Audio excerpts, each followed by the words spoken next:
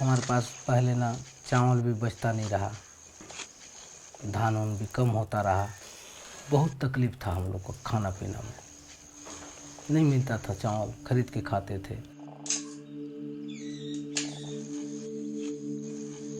जब से मिसेस को लाया उस समय भी नहीं रहा धान पान। उस टाइम सालाना बोलने से हम लोग ना 5,000 10,000 तो बहुत बड़ी बात है, 7,000 नहीं रखते थे। हम लोग पहले रोज ही जाते थे मजदूरी से। 60 रुपया 50 रुपया मिलता था हमको मजदूरी से। मरेंगा तरफ से दादा लोग आए, बोले डोबरी करवाएंगे कि नहीं करवाएंगे, खेत खाली जा रहा है इसी गर्मी भर, डोबरी करवाने से कुछ फ़ायदा भी मिल जाएगा बोल के हम लोग डोबरी करवाए। डोबरी करवाने के बाद अभी हमको पानी निकला है, 2 कुंटल 3 कुंटल अभी निकाले हैं मछली। अभी डबल फसल मिल रहा है, ट्रिपल फसल, मछली के साथ ट्रिपल हो रहा है। If there is a pond, not just are we going to be harvesting water there, but that pond can also be used for integrated farming. It can be used for irrigation purposes, fisheries, duckeries.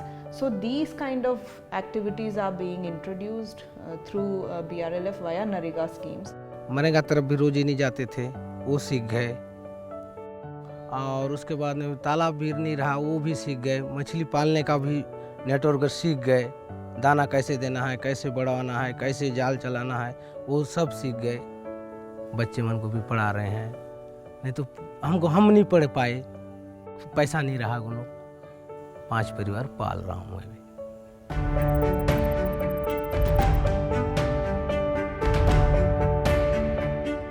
हमारे पास scheme बहुत हैं, योजनाएं बहुत हैं, लेकिन grass root तक लोगों को ज़मीनी स्तर तक ले जाने में थोड़ी कठिनाइयाँ होती हैं।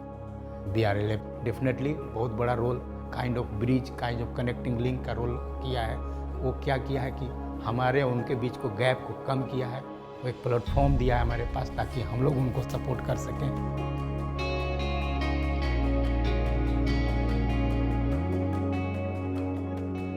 As we know, BRLF is registered as an autonomous society under the Ministry of Rural Development.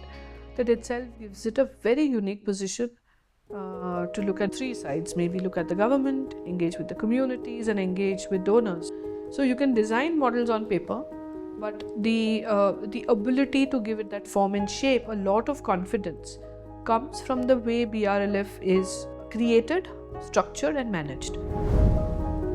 वहाँ 27 किसानों का ज़मीन है, लगभग 45 एकड़। इसमें कुछ खेती नहीं कर पाते थे, कारण कि वहाँ सिंचाई का कोई साधन नहीं था। ये भैया लोग फिर उद्यान विभाग से तो कौन विभाग से वहाँ लाके प्लांटेशन तैयार किए, पौधा लगाए, उसमें अमरूद है, काजू है, जो पानी का नाला भी बनवा दिए। अभी वहाँ खेत में भी अभी मतलब 50 से 60 किसानों को सिंचाई हो रहा है पानी, उसमें 2 बोर भी कर दिए हैं ताकि गर्मी में पौधा ना मरे। उसमें मनरेगा के थ्रू गड्ढे की खुदाई हुई। जो मनरेगा के मजदूर हैं या खुद हितग्राही है, उनको उस गड्ढे का भी पैसा मिल गया।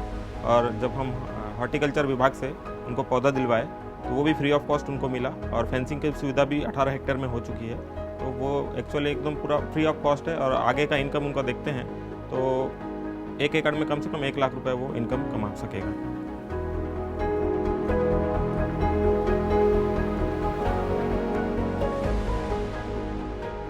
Because of the networks that are getting created in every state, a lot of smaller CSOs are getting the opportunity to become part of a larger project. It benefits the project because they have a lot of on-ground connect, community cohesiveness, on-ground realities, knowledge systems, and which gets backed by a project which comes with its technicalities, which comes with funding, which comes with a design. So this combination has really worked well.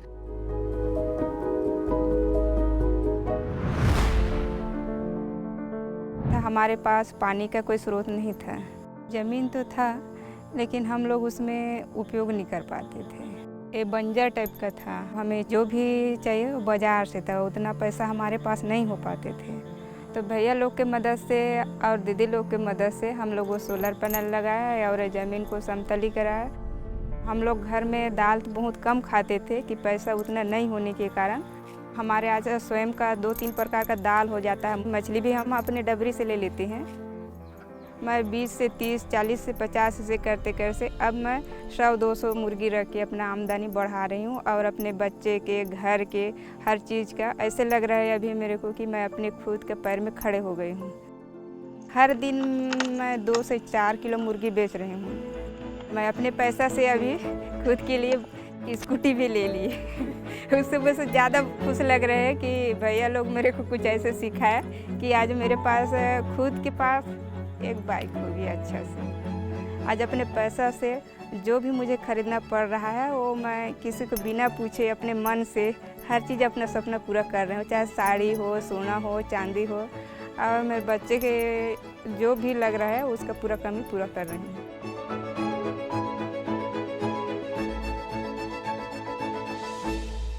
ये जो कभी नहीं बोलते है नहीं, उन महिलाओं में बोलने की क्षमता, ये देखा मैं। गांव की महिलाएं बोलती कहाँ हैं, चुप रहती हैं। कोई बाहरी व्यक्ति आ गया, सरकारी आदमी आ गए तो चुपचाप रहते हैं। तो उसमें ये चीज़, यही तो सबसे बड़ा कॉन्फिडेंस देखा मैं कि 4 के बीच में, इतने लोगों के बीच में अपनी बात को विवाद तरीके से रखा। जैसे मैं डिमरापाल में देखा, महिलाएं खुद बता रही थी कि ये कुआं है, ये नदी है, ये नाला है, ये चारागाह का जगह है, ये है, मतलब वो पूरे प्लानिंग खुद ने बनाया। कमी बेसिस सब हम लोग का इसी में होता है। We all know that a good plan will, give us good results. This is a key role that is being played in Jivida Hasa, that we are letting know the community the scientific basis for planning. Watershed needs that kind of a technical expertise which our CSOs involved in the project are giving us, and they are training our people. One is the community, the other are the implementing agencies which are Mukhya, Panchayat Sachiv and the NREGA functionaries. जब BRLF आया तो उसमें planning के साथ, जिस किसी काम को करते हैं हम लोग प्लानिंग के साथ करना है, ये हम लोग सीखे। पहले एक पंचायत में मान लीजिए 15 लाख खर्च होता था, जिसमें मानव दिवस 18,000 मानव दिवस करना था। हम लोग कम क्यों करते थे, क्योंकि उस पंचायत से हम लोग के यहाँ डॉक्यूमेंट्स या प्रस्ताव आ ही नहीं पाते थे। अब जब से CSO ये BRLF के साथ जुड़ा, हम लोग जुड़े, साथ में काम करना चालू किए, डॉक्यूमेंट्स आने लगे, हम लोग ज़्यादा कार्य स्वीकृत किए। हम लोग एक पंचायत में 32,000, 40,000, 45,000 मानव दिवस तक हम लोग करवाए। जब से ये मनरेगा धीरे धीरे ग्राम पंचायतों में काम बढ़ते गया तो वहाँ पे प्लान कम हुआ और आज के डेट में तो लगभग नहीं के बराबर ही है। ऊषर मुक्ति जब आया ना, ये फर्स्ट टाइम जो एक सोच के साथ कि today's ways tomorrow's livelihood, rejuvenation of 7 rivers, 7 जिलों में वेस्ट बंगाल में 7 CSOs came together for this unique purpose. Government collaboration तो एक चीज़ है, वो एक अलग एंगल है, बट CSOs का एक साथ आना और इतने बड़े स्केल पे काम होना, ये एक बहुत बड़ा लर्निंग प्लेटफॉर्म था जो ऊषर मुक्ति ने हमको दिया। नियाद मार्केट कितना दूर है, डिस्टेंस मार्केट इतना दूर है, ट्रांसपोर्टेशन कॉस्ट कितना है, ये सब जो माइन्यूट डिटेल्स है, ये पहले नहीं था, ये जो कल्चर नहीं था। छोटे छोटे बात के लिए जो GIS में टेक्निकल सपोर्ट कर रहे हैं हम लोग को, आजीविका के एक्सपर्ट लोग हैं, फिशरी वाले हैं, तो वो लेयर ऊपर लेयर BRLF के सहयोग से HR हुआ। अगर वो नहीं होता तो हम कैसे करते?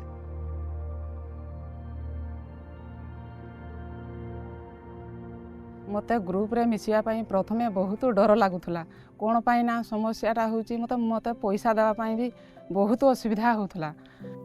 कोन हेची, मो स्वामी चालीगरा बेले मो छुआटा प्रथमे 2 वर्षर होइथिला, आ मो पैसा देवी केमती, मते बहुत दुख लागिला। आज की चाष करी मु सरे प्रथम वर्ष 50,000 टंका रोजगार करि पारली, सेकेंड वर्ष 1 लाख टंका रोजगार करि पारली। कलरा चाष करी किछि मुई उपकृत हेई पारुछे। इना भी मते आउ भय लागु नाही दुनिया को, जेमती हेले भी मु ए वर्ष 2 लाख टंका रोजगार करि पारछे कलरा चाष रे। 2 वर्ष 2 लाख टंका जदि मुई वर्ष को इनकम करि पारिबी, मो पिला को किछि पाठ पढ़ाई पारिबी, किछि भलो स्कूल रे कि ट्यूशन फीस देई पारिबी, सेही आशा नै करी मुई दुनिया रे बाट चलिया पई आगे आछि। तो लास्ट फाइनेंशियल ईयर में हम लोग जो 23 पीजीज हैं, तो हम लोग का टर्नओवर हुआ था 1.4 करोड़ और इस क्वार्टर तक हम लोगों का 60 लाख का बिजनेस ऑलरेडी हम लोग कर चुके हैं और वहाँ से हम लोग का 23,000 का प्रॉफिट भी आ चुका है। और उसके साथ हम लोग ने इस बार एक नया प्रोजेक्ट भी ऐड किया, वो है मतलब पेड़ी का प्रोजेक्ट, उसका प्रॉफिट 1 लाख का भी प्रॉफिट हम लोग को अभी तक भी मिल चुका है।